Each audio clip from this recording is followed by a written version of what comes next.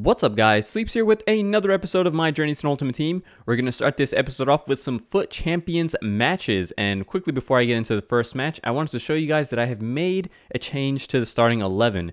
I just felt like Florenzi wasn't all that good, and I thought I would try somebody else, and we did have that red informed Lichtsteiner, so I figured why not. I threw a Shadow on him, and hopefully he performs alright. With the Shadow, he does have decent enough pace, and what I do like is that he has high work rates, and he has the physical nature of it that Florenzi just lacks at times. I don't think Florenzi's been all that great or bad. I think he's just been average. Honestly, I feel like I could have kept Abate in the lineup, and not much has changed. So I just figured I'd try somebody else, and Lichtsteiner is going to be holding it down and right back, at least for the time being. I don't know if I'm going to sell Florenzi yet. Time will tell what we do there. So moving on to this next match, you guys would have seen that this guy actually has a pretty decent team, a Serie A team very similar to ours. He has Papu Gomez at cam, and he actually has Inform Immobile at striker, and Inform Immobile is actually the one that opens up the scoring. He's also got Marquisio in midfield as well as Hamšík. So it's a very decent team, very decent, but we did manage to respond soon after he scored his goal against me. We go 1-1 basically from a kickoff goal, and then in this corner he managed to scramble it somehow to Gomez, and Gomez is going to make it 2-1, and then right here he's going to play Immobile in. I made a huge mistake. I don't know what I was thinking at the time. That was way too aggressive for me. Immobile is clean through, and I mean, Inform Immobile, I don't expect him to miss many one-on-ones like that. So he does now have a 2-goal cushion, and we're looking to fight our way back into this one. Now, I've told you guys many times that one of the #1 ways to concede goals is by giving the ball away cheaply, and he actually nicked that ball off me and then tried to distribute out of the back. He made a mistake, gave it right back to me, and we make it 3-2. And then literally straight from his kickoff, I stole the ball off him fairly quickly, and we make it 3-all within minutes. So just like that, that 2-goal cushion that he had built for himself is gone, and we are now level in this one at 3s. This is a good chance for Papu Gomez as it falls to him after the clearance was pretty poor from Chiellini, and we should be going up right here from Immobile. I don't know, maybe I should have chipped that one first time. It was a bit difficult with the keeper just rushing me so quickly. I didn't have much time to think. And then Perisic is going to play in Papu Gomez, and Gomez was having a great game in this one. That is his 3rd goal, completing his hat trick, and we are actually going to win that one 3-4. So that just goes to show you guys how critical cheap giveaways like that are. He went from having the 2-goal cushion, one bad giveaway, he lost that 2-goal cushion in literally like 2 or 3 minutes of FIFA. So it's definitely something that we all have to be very wary of when playing this game. Now onto this next match. This guy actually has the prime Overmars, I believe that is, at striker as well as Son. And I'm pretty sure Overmars has 5-star weak foot. So he's got 2 players up there with 5-star weak foot up there. So that's very dangerous. He can basically score from any angle. It doesn't matter who has the ball. So that is a pretty filthy strike force. And early in this one, we were kind of exchanging chances here. The next one is going to fall to me. Immobile is going to just shoot from distance. I think he was caught in between 2 minds because I was just kind of teasing that pass over to Perisic. I ended up just shooting from distance with Immobile. Fortunately for us, it did go in. And then Overmars manages to get in behind right there. Chiellini was just in an awkward position there. It's like the ball just managed to slip in behind him, and by then Overmars had the run of pace on me. He is going to make it 2-1 there from the rebound. Overmars again was just a nightmare to deal with in this game in particular. I think playing him at striker was a big deal because I've played against Overmars in the past and he didn't seem to carry as much threat as he did in this game. So moving on to this next clip, we did manage to equalize there through a rebound of our own. However, soon after that, it's a bad giveaway for me out of the back. I think the player can definitely make that pass happen. I'm not sure why the pass just went wide and straight to him, but as I said just a few seconds ago, countless times again, you will give away goals by doing idiotic things like that. So on to this next clip. We're on the ball here with Immobile, and we're going to find Marquisio very nicely on the cutback, but his finesse shot does come off of the post, and then after that he's going to work this ball to Overmars, and of course his goes in off the post while mine goes out. So we're chasing this game now, 2 goals behind, not looking good at all, and I think this led to me being more aggressive with my challenges because I do give away a penalty, and it is Overmars. Like I said, he was just all over me in this game. He is going to convert from the spot, basically going down the middle. We dive the other way,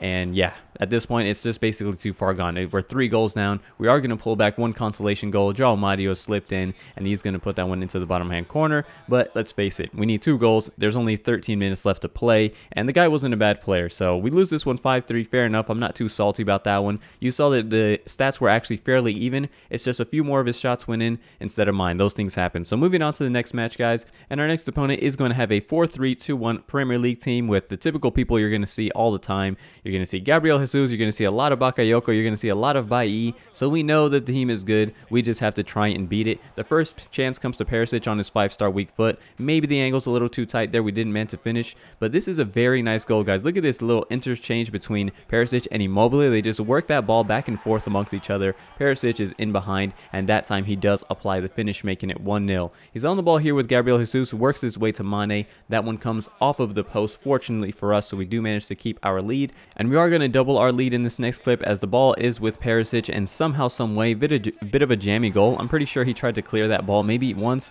arguably twice, and every time it just came off Perisic until eventually we just forced it into the back of the net. And then Perisic is going to capitalize on a mistake that he made there, passing it short. We intercept and finish very coolly and calmly. So you guys saw he queued up a pause during the celebration, and 9 times out of 10, if they're queuing up that pause that quickly after a celebration and you've just scored, you know they're going to rage quit. So I will gladly take rage quits. I don't think there's anything better than getting a rage quit in FUT Champs. It makes the weekend league go by quicker, and you have to play what feels like less matches, because that game we only had to play one half of football, which was very nice. So our next opponent here has a 4-3-2-1, kind of a hybrid going on there. That defense looks absolutely amazing. He's got Bailly and Boateng at center back, Alaba at left back, an incredible back line, which I knew was not going to be easy to break. And this guy does go up 1-0 through Gabriel Jesus. A bit of a jammy goal, but to be honest, he kind of deserved that one, and he deserved that one a little bit more. I thought after he did that drag back, I was surely going to concede that goal. You see he's utilizing the drag back very well.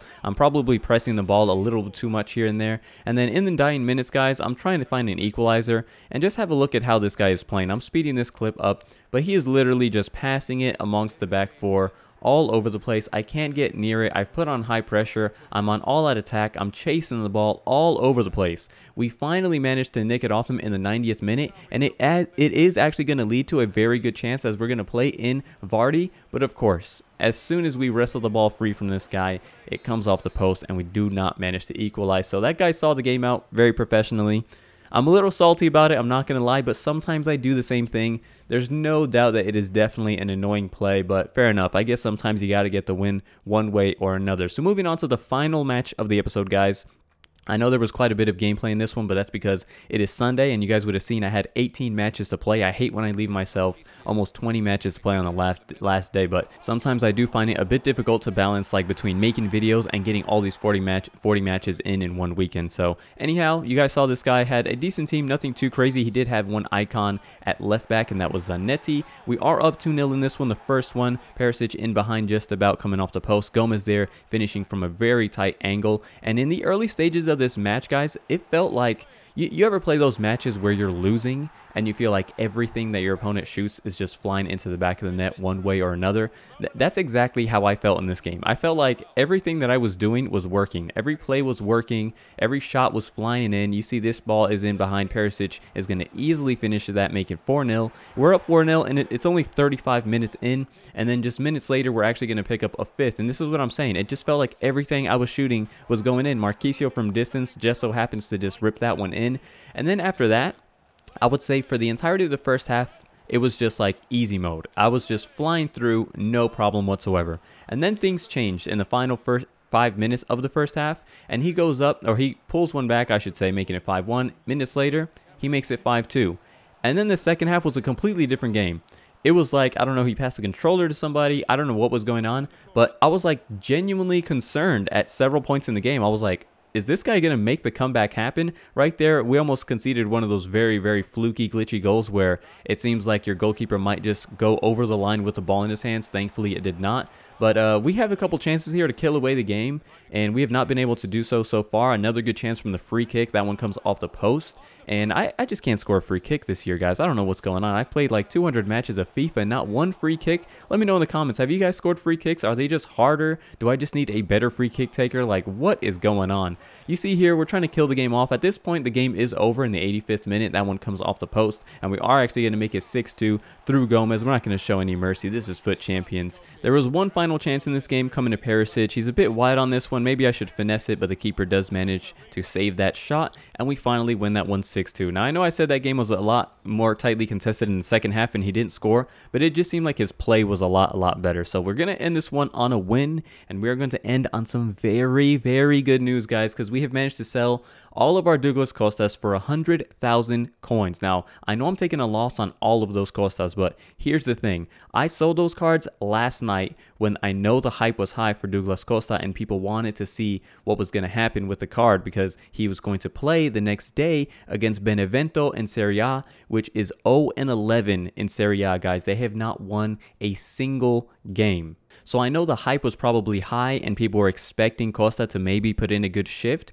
But as you guys see, the hype made his price rise all the way to 100,000 coins. And here I am. This is currently today after the Juventus game where they won 2-1. Costa didn't feature in any of the goals. And look how low his price has dropped, guys. 84,000 coins, you can get him easily. So if you think about it, I could have lost an additional 16,000 coins on each of those Costas. That's like 45k right there that we would have lost after tax. And it's just huge. It's just a huge bullet that we've managed to dodge. We could have lost so much more coins. I'm very thankful to have gotten rid of them. I still have the Bonucci, and I probably am going to keep him for now just to see how his performances go. He does play later on today. We'll see how that goes on. But I'm very happy that we managed to dodge that bullet and lose as little coins as possible. But that's going to be it for this episode, guys. I hope you're all enjoying the series. Please leave a like, leave a comment, and subscribe if you haven't already. And I'll catch you guys next time. Thanks for watching.